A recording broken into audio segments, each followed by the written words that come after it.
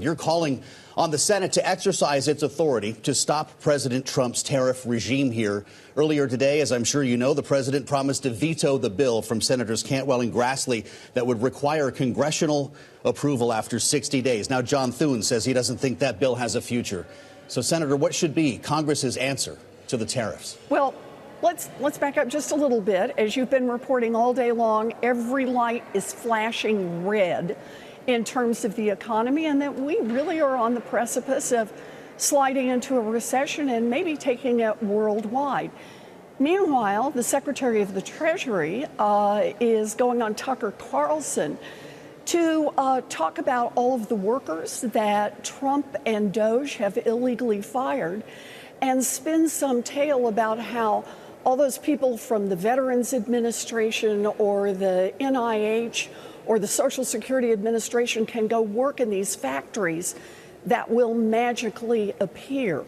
We need a Secretary of the Treasury who's in the real world.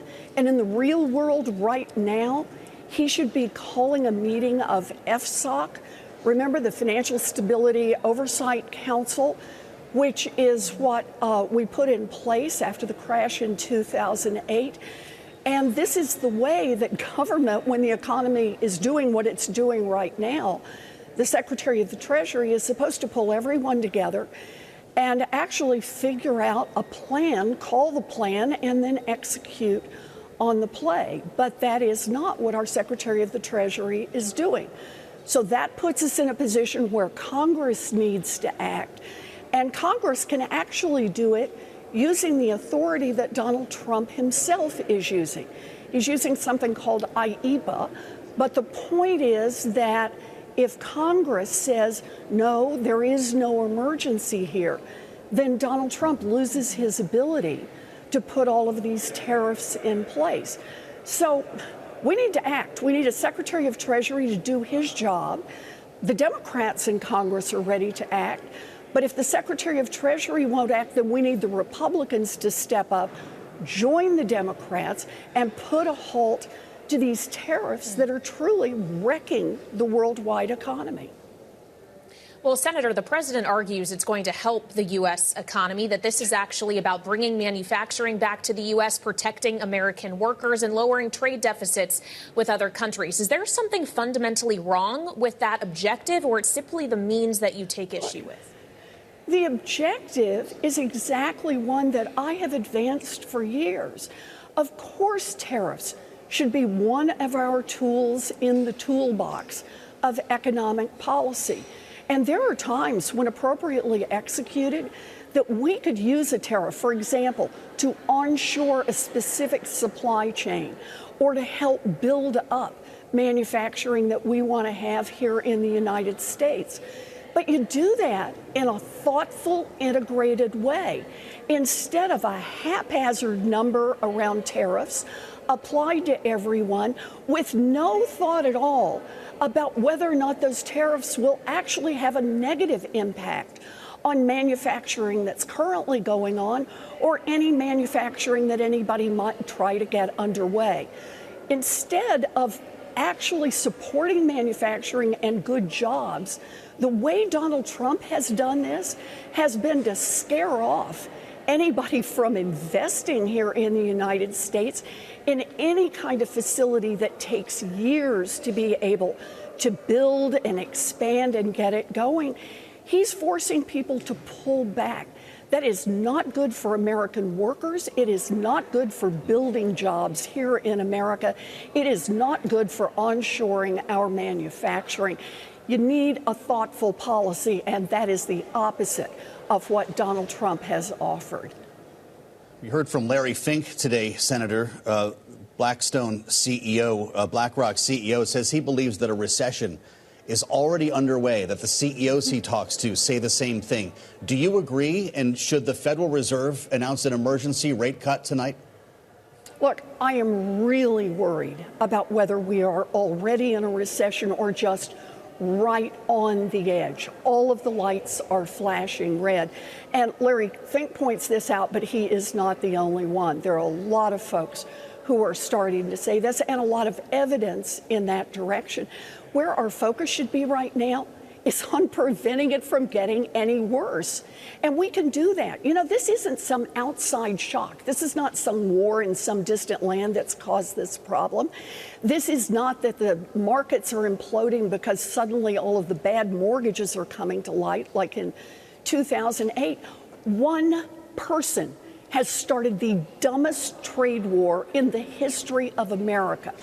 Congress has the power to rein that back in. And if Donald Trump and his team won't do it, then Congress should step up and do it before more damage is done.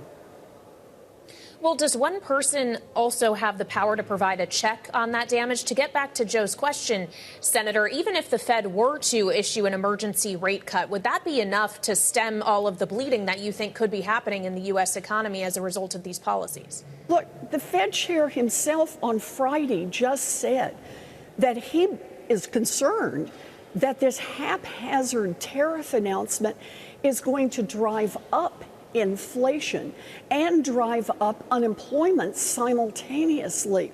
You know, I understand why the Fed chair is really worried at this moment.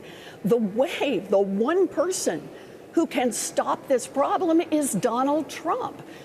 And if he will roll back these tariffs, we can at least stop the damage from continuing to bleed out through our economy and around the world.